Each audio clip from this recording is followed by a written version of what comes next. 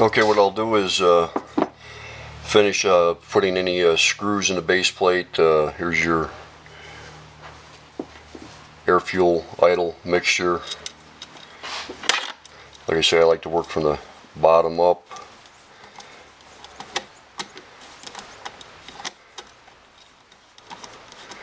We'll put these in. I'm going to run them down until they just seat. Don't over torque them.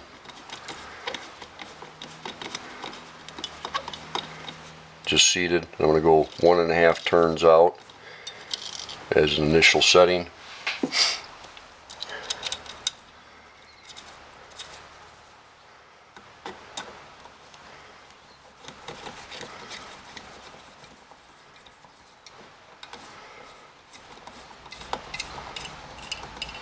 Just seated. 1.5 out. This is my idle screw. Fits in the body with the spring.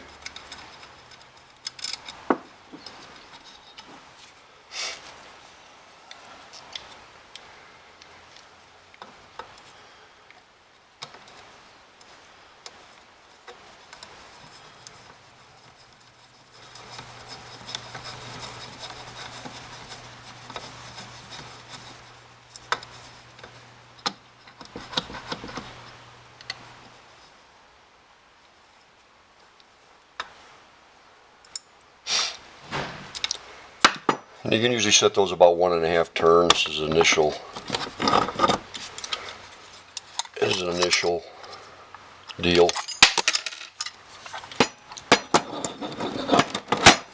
Of course, I had to dump my needle and seat out, but we'll fix that up.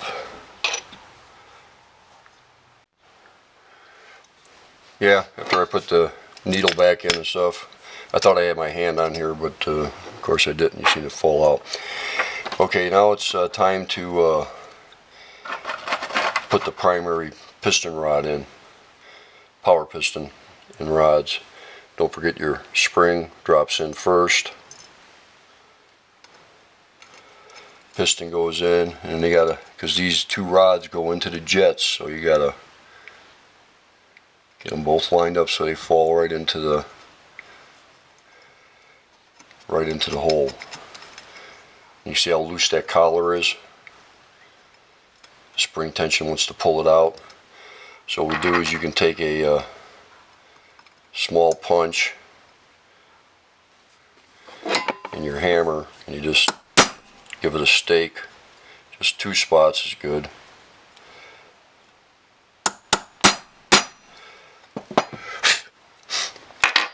Because the gasket will seal and hold this in. The top that just holds it in place for now. But you can see that the piston moves up and down real smooth.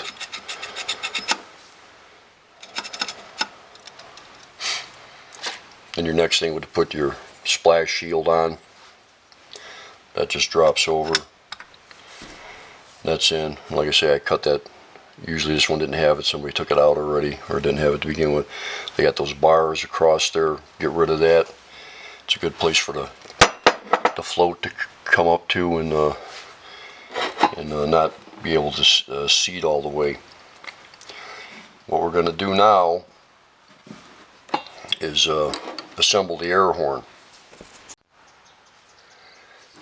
Okay, we're going to assemble the air horn. I've just kind of slid this together so I'm going to show you, but you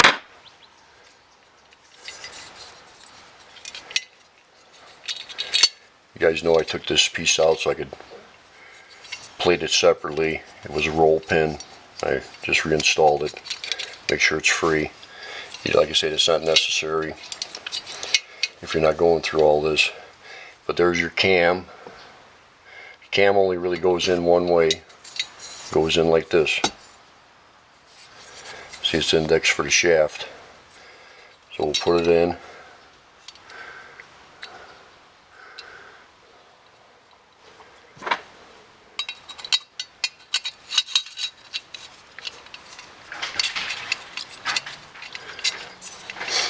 And slide it through.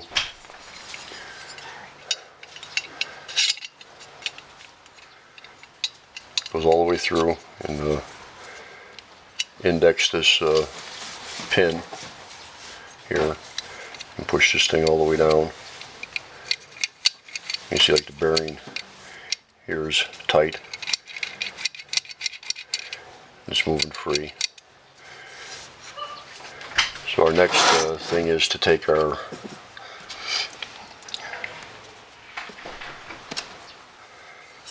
spring. Spring only goes in one way, hooks onto here, drops into the hole, and then there's your pin. Like I say, it'll go either way. Just line up that little slot here on the side, get it going through the pin.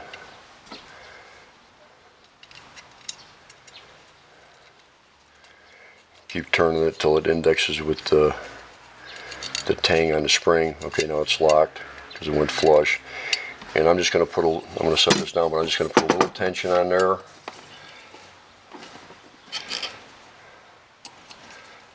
And lock down my locking screw.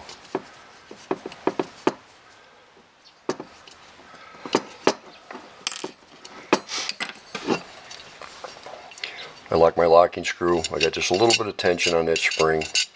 I don't want to make the final adjustment on it yet. So I just want to get this in place because I'm going to use the carburetor as my work stand, like I said, so I don't bend my little tubes coming out of the plate. Okay, what I've done is I've installed my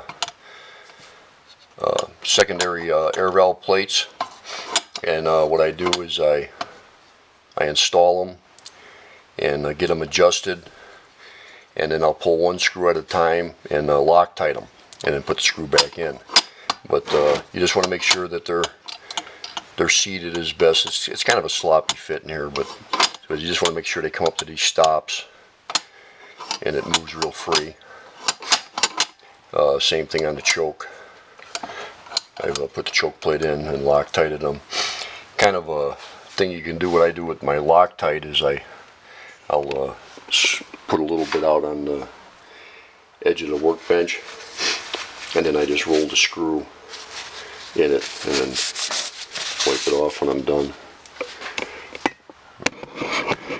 Kind of a stupid tip, but it saves from sitting there with trying to put little drops of Loctite on your each screw. These screws are 632 by quarter. I use stainless steel binding head screws. I replace all the screws on the throttle blades and the air valve and choke, and they're all Loctited. I don't stake them like the factory. This Loctite is not going to come loose. And so I'll show you what the adjustment is on the what we're going to do is loosen the set screw, and then this adjusting screw, the spec on this, we're going to turn it clockwise. Once we've just closed the air valve with spring tension, we're going to turn an additional 7/8 of a turn and then lock that screw down.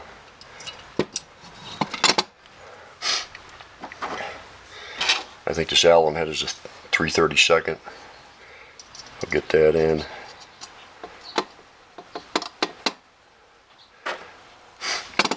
I'll get my screwdriver. I've got to bring it up to that slot.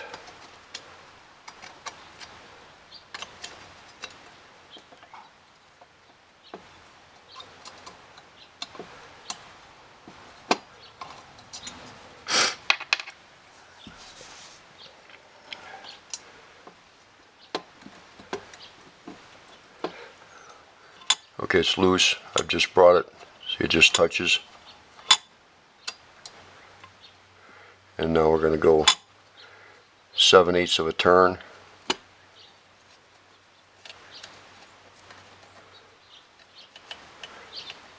Just right about there. Lock the lock screw down.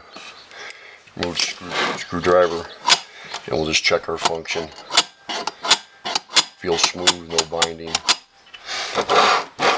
and that's basically your secondary air valve adjustment. The specs are in these sheets they give you with the carburetor. Told you all the spec adjustments. You look up your carburetor number, application, and it'll tell you what those specs are. Also, a good sheet will show you where the adjustments are and stuff if you get a good information. Otherwise, that information is available on the internet. A lot of guys have published all the old Rochester stuff. If you can't find something on your carb, send me an email. I've got all these Rochester books, and I can email you a sheet if you need it. Okay, our next step is to get the air horn screwed down to the body. I always use you can use some a little bit of Vaseline or dielectric grease, and I like to go down into the accelerator well and lube it up. I don't like because you're going to be moving this when you're doing some adjustments, and I don't want this dragging on the metal.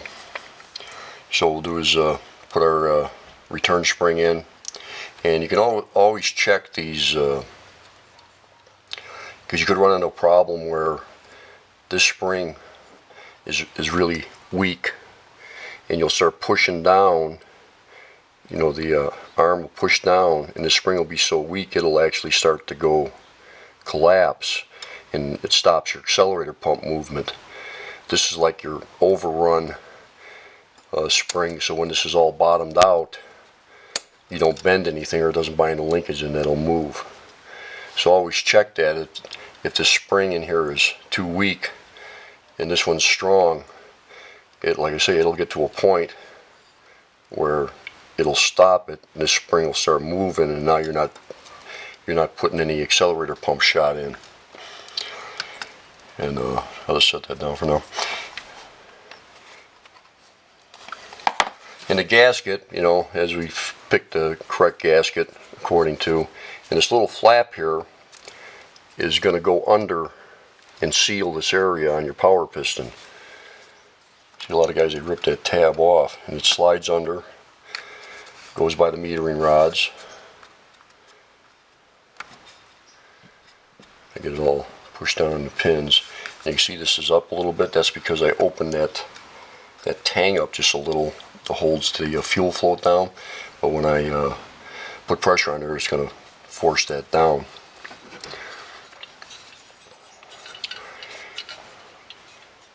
And basically we're going to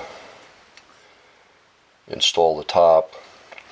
What I was telling you guys before with that, if you've got this captured link rod that goes to your choke pull off, the way you would install it is to get this installed on your pull off and just hook that in and then go sideways into the carb.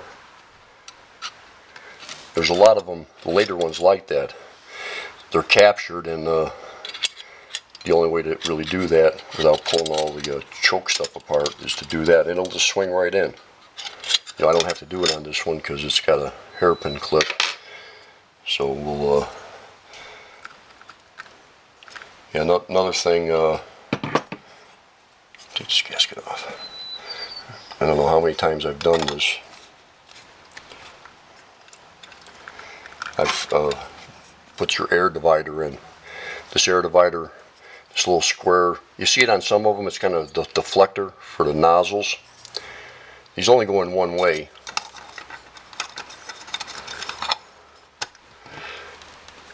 If you had this turned around, there's no way that tube's gonna fit in there. And you can tap them down a little. Get them seated.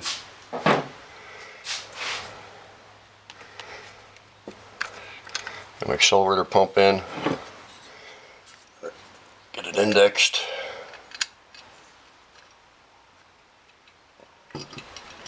Drop it down.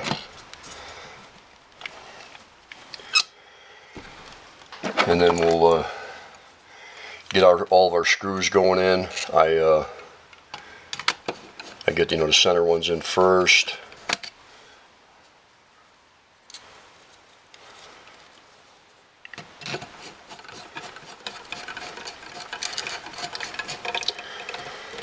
And we'll install all the screws, and I'll torque them crisscross. I'm going to torque the center area first because that's going to give you your seal around all your your idle pickup tubes and main metering nozzles and stuff. So I want to crisscross that and make sure that's really seated, and then torque the outer ones. Okay, we got our air horn all torqued down. What I'm going to do is hook up the air valve to the vacuum pod. Acts as the choke pull off. This little bend in here is going to correspond on that lever. And like I say, this one here, because it has, you can use the clip. You just put that in. And you can put a hairpin clip on it.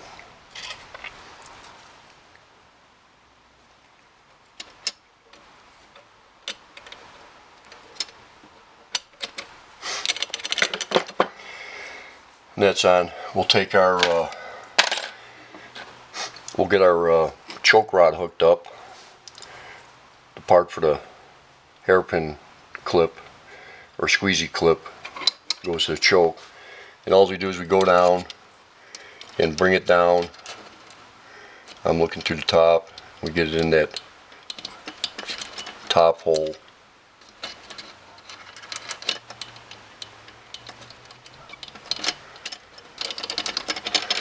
It's in the hole.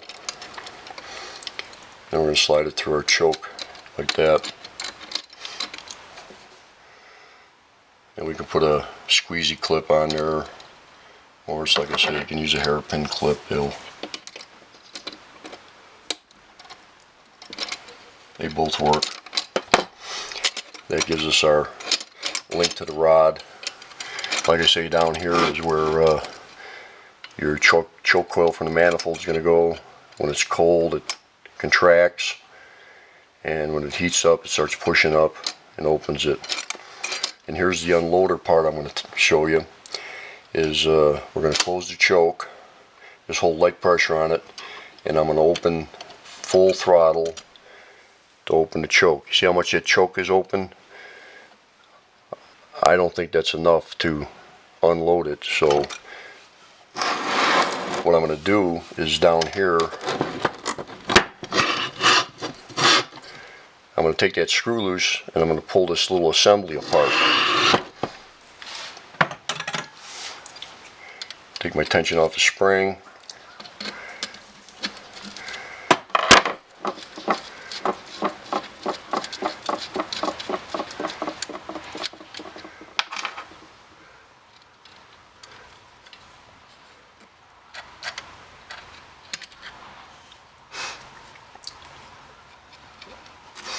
And this little arm here is what's pushing against that unloader arm.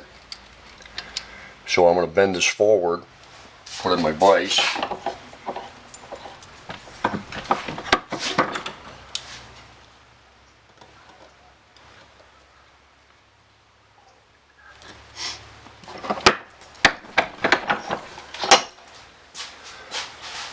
and I've bent this forward.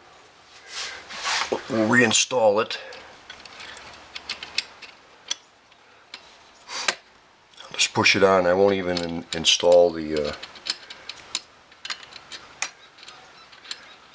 spring on it for now. See how much more it's opened it?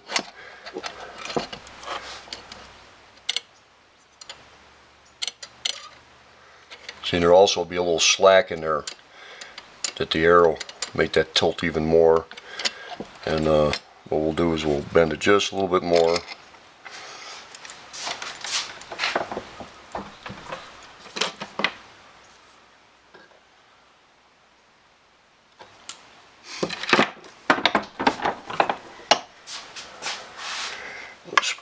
back on.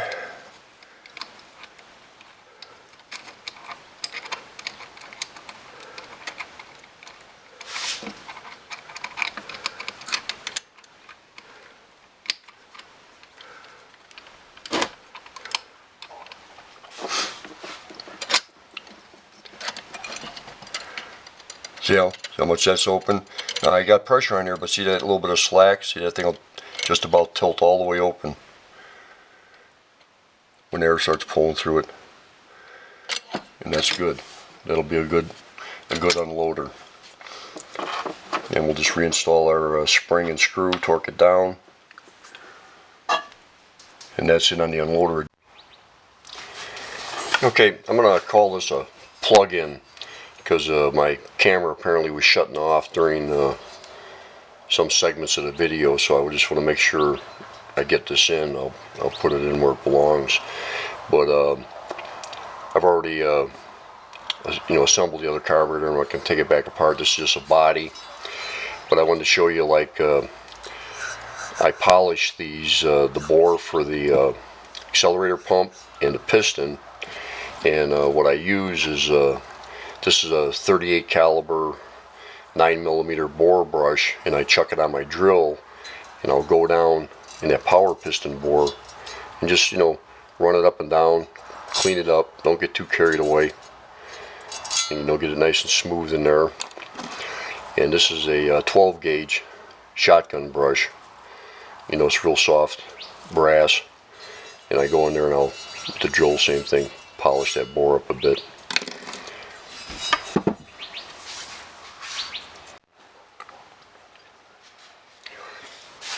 Okay, we'll go over some adjustments that need to be made on the carburetor. You notice the vacuum pod pull-off, I've changed it.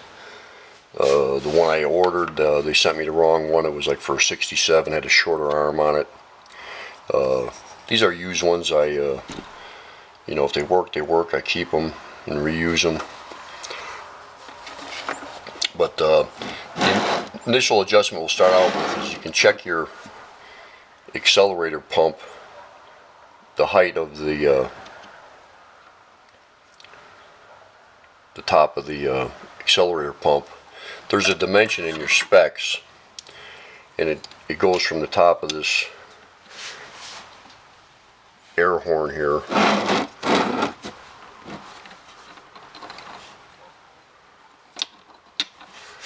to the top here, and I'm at like 9/32. I think that's what the spec called. Usually anywhere between 1/4 and 3/16 is fine on this. If you wanted to get it right in spec, you would have to remove the arm, and you would have to bend it downward right at this point here, and it's kind of tough to bend them.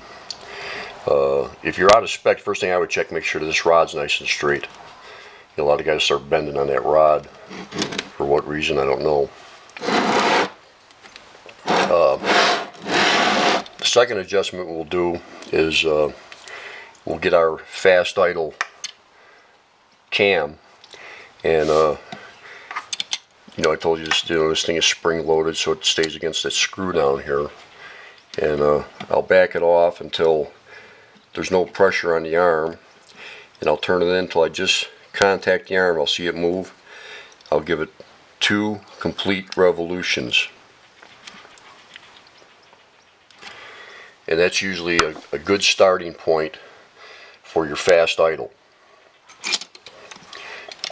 Every engine's a little different. You adjust that when you actually start the car. The actual curb idle with the choke open over here, I make sure it's backed off.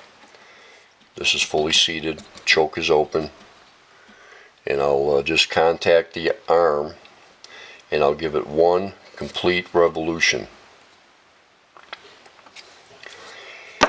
And that's usually close enough for the car to idle after it's warmed up. The choke pull-off system, because like I explained to you guys before, is like when that choke coil is hooked up here, it's pulling tension, and you'll pump the throttle 2, 3, 4 times, whatever works best. Start the car. That choke plate's going to close 100%. You're in your highest fast idle position, your throttle.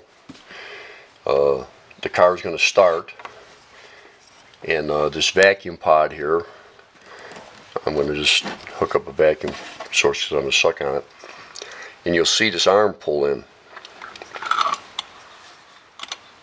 See how that arm is pulled in, and it's cracked the choke?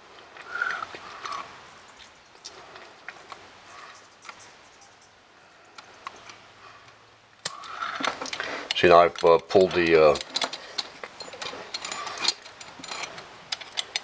you can actually push this down manually too, and I'm holding some downward pressure, acting like the spring. You notice he's got a little slop to him. See, they'll tilt when it opens up.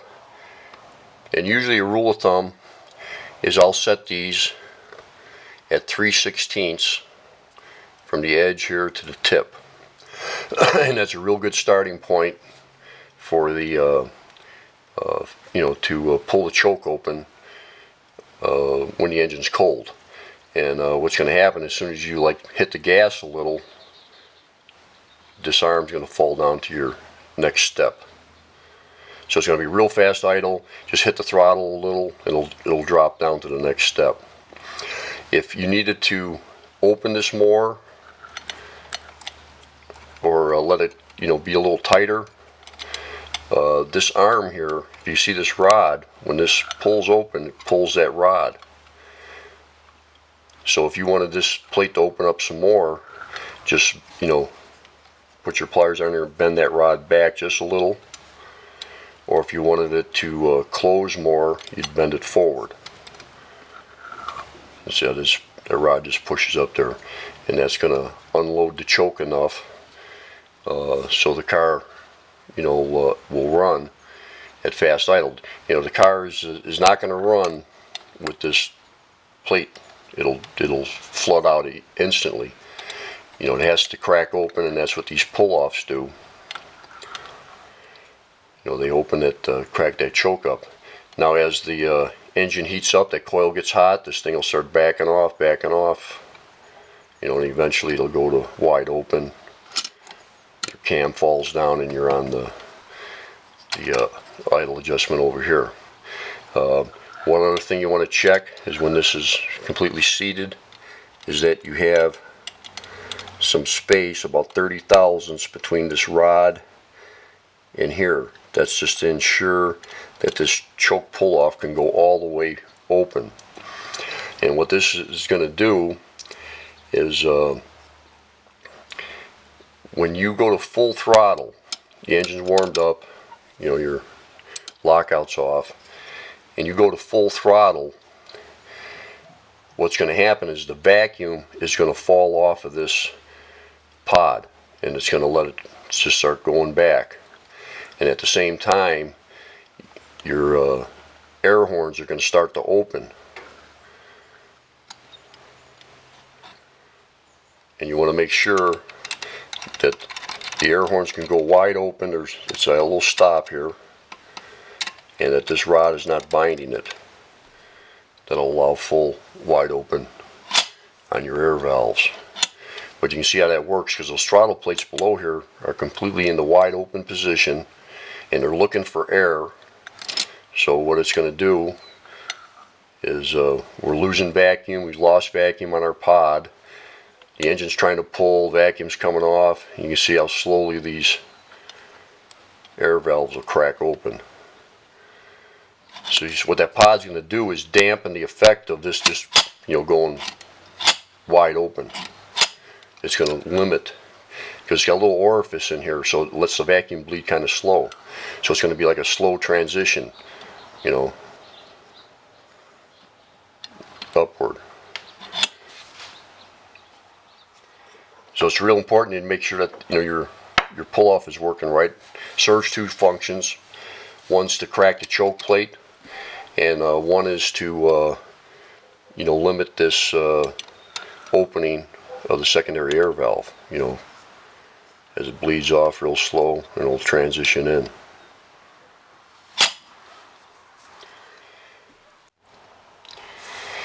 Okay, this little device here is it's for fuel vapors, and what it does is it lets the vapors, inside the bowl be vented to that atmosphere, because your air cleaner is all sealed around here. They don't want the vapors going in the engine because it's going to affect the idle. Especially when the motor gets hot, the carburetor is going to be hot, fuel's going to want to vaporize. So when it's in the idle position, this is actually off this little round hole seat here, and it's letting the vapors just come out the atmosphere. As you start to accelerate, it closes, and so any vapors, they'll wind up being sucked in the engine, because now the engine can handle it. You get a lot more air going in the engine. But that's all it does. There is a measurement on this. I really don't pay much attention. I just set it to where it's open at idle, and as I just start to accelerate, it closes. They have a measurement on it. I don't know how important it is, but that's the way I set them up. Other than that,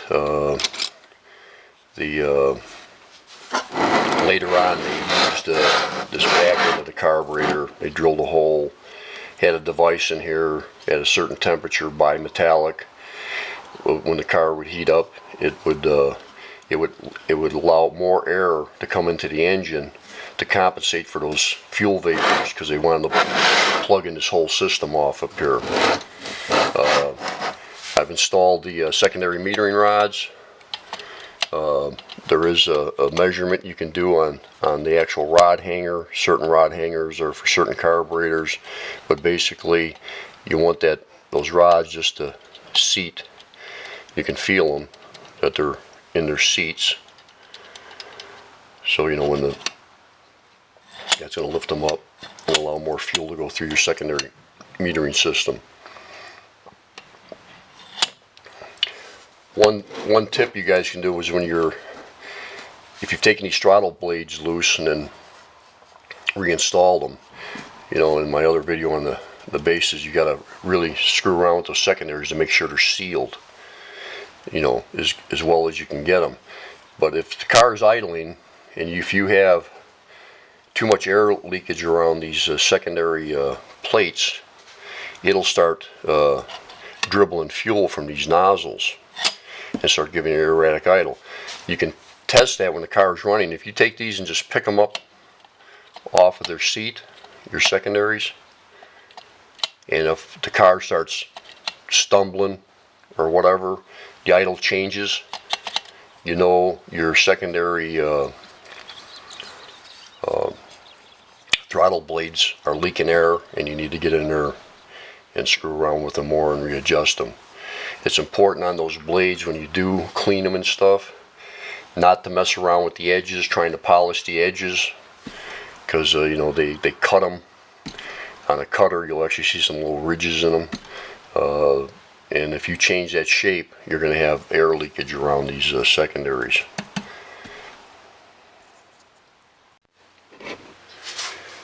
Okay, we've finished up the Quadrajet. Went over the adjustments and stuff. I may have missed a few things and stuff. You guys can email me any questions you got. Hopefully I can answer them for you. But what I wanted to show you was a couple differences in these Quadrajets. This is a Chevy 350 68 69 replacement model, and this carburetor over here is a 1974 Olds 442 carburetor, manual trans, non-AC car, kind of a rare carburetor.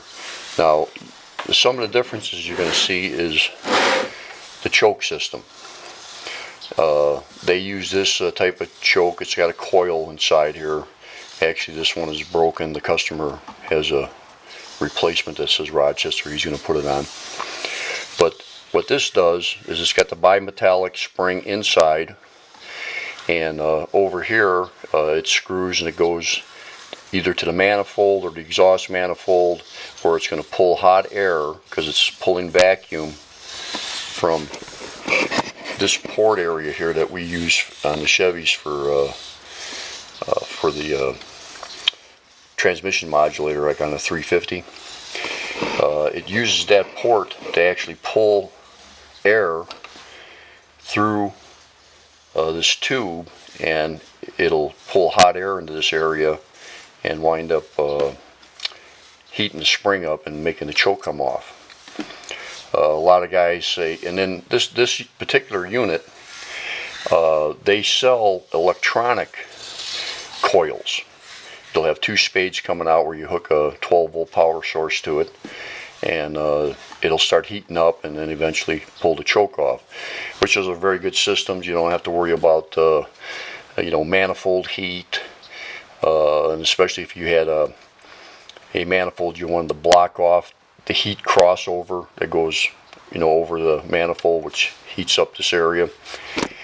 And but when you do that on these, you're going to have to block that vacuum off in here. You can just put a plug in it and then screw this back on so it isn't sucking any more vacuum. But these units can be converted to electronic choke. A lot of guys goes, well, I want to convert the Chevy over. Well, you could do it, but you're going to have to find like a donor carb from like this Oldsmobile or Buick later model, and you have to get this choke system, the pull-off system, and all the little mechanisms down here for fast idle and stuff, and replace all this stuff here. And then on this particular Olds carb, it's got two holes here where these brackets screw on, which the Chevy, it's got a place you could put them, but you would have to drill and tap them. They do sell electronic choke units for these that actually bolt down on the manifold, and you still use a link rod that comes up to the carburetor, and those work really well. There's some companies out there that make them for Chevys and some of the Buicks and Oldsmobiles and stuff. You just have to look on the internet. Another difference you'll see on the Buick, Olds, Pontiacs, they use a front inlet. They got a longer fuel filter in here. And another difference on the Chevy versus the Olds is, like I was telling you, that lockout system. See, this has a spring override system. So when the Chevy here, when this arm is locking the secondaries out when the choke is engaged, I was telling you they don't want you over revving the engine when it's cold. That arm comes forward and locks the secondary shaft. But it has a spring rollover system in the back, so when you do like floor it, say you were flooring it, but the secondaries wouldn't open, it still allows the throttle to go all the way back to the back position. The Oldsmobiles, Pontiacs, Buicks, they use kind of a different system. What they did was this little device here, when the choke is closed, let me open the throttle a little, it kicks this little arm up here, which stops the air valves from opening. So this carburetor, the throttle plates, if you floored it from underneath, they'll go wide open, but that little device is not allowing the air valves to open up. And if you can see on their little arm here, they only use the one return spring, which the Chevy has on the inside, but they also have this extra rollover spring. So they don't have the rollover spring on that. One difference in them, I mean, they're achieving the same thing. They just don't want you, the secondaries operating at wide open throttle when the choke's engaged. The engine's cold. They don't, want you blowing it up. Another thing, a difference on this, and if you get into carburetors, I've never seen it on Chevys, but I've seen it on Buicks and Olds, and it's hard to see, but this has two additional little holes right here, and that's called a POE system. pull-off enrichment system, I think is what they call it. Pull-over enrichment system. You can tell a carb that has that system because when this air horn is off, instead of the 4 tubes sticking down from the air horn, there will be 6 tubes. And those other additional tubes are forward of the rear 4 that you had in there. And what they do is go right into the fuel well. And when you have the carburetor a wide open throttle, the air passing through here is going to pick up additional amount of fuel and start squirting it out of these little holes into the primary system. I guess they felt they needed it on probably the high performance carburetors to add some additional fuel from the main metering system. So if you're working on a carb and you see you got, you know, these 2 extra tubes, that's what they're for. And of course, you know, when you're rebuilding, you go through that with all the little wires, carb cleaner, and make sure everything's cleaned out. And you know, that's the differences you're going to run in these Quadrajets. The theory of operation is the same on all of them. This particular unit, if you are going to redo the bushings, which I have a video on how to rebuild the base plates and put bushings in, like on the Chevys, you can just take these springs apart down here, and you know, pull this mechanism will come off after you take the throttle blades out of the primaries and slide the primary shaft out. This system here, you can't do that because this is locked in, so you have to remove the secondary butterflies and the primary, and you pull these 2 units out together, and then you can disengage this link rod. Other than that, you can't get the link rod out. And I've seen guys go in there and bend and booger stuff up on there to get that out, and that's not the proper way to do it. But anyways, I just wanted to show you some comparisons between 2 different, you know, manufacturers. You know, they had Rochester, you know, building stuff to their specs for whatever their application, but like I say, the theory of operation is still the same on all of them. They just go about it in a little different way. And I hope you guys enjoy this video. It helps you out. And check out my other stuff.